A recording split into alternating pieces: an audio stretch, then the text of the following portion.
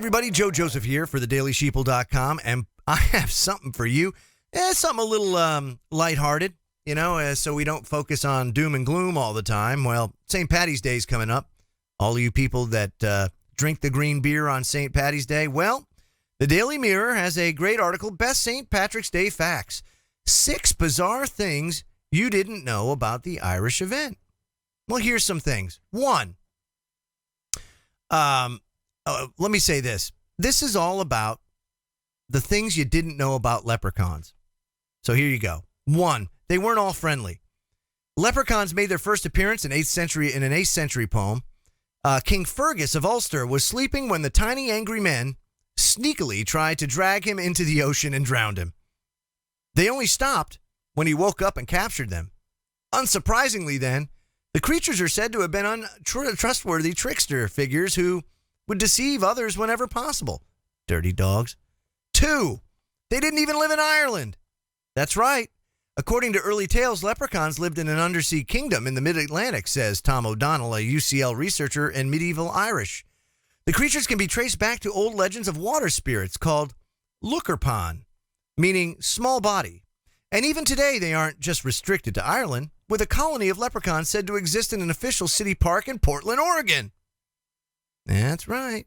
Number 3, they were all male. Irish folklore suggests there were no female leprechauns at all. According to the ancient book, A History of Irish Fairies, there is only evidence of the existence of male leprechauns. And we're not entirely sure what the deal was with their whole procreation thing. 4, they wouldn't fix your shoes. The best you could hope for was that they'd help you breathe underwater. The leprechauns gave King Fergus that ability, provided he wore one of their cloaks on his head and put their herbs in his ears. However, the power did not apply to one particular lake, which of course turned out to be the place the king had to fight a monster and then later drowned. Number 5, the crock of gold in the shoes. They were added a lot later. According to Mr. O'Donnell, leprechauns were first linked to shoes in about the 19th century. And it's been about the 14th century that inspired current beliefs that they owned a crock of gold in which they hide their treasure. And finally, number 6, they were much smaller than you might think. You probably crush a leprechaun before you could hear it utter any sort of charming Irish accent or anything else.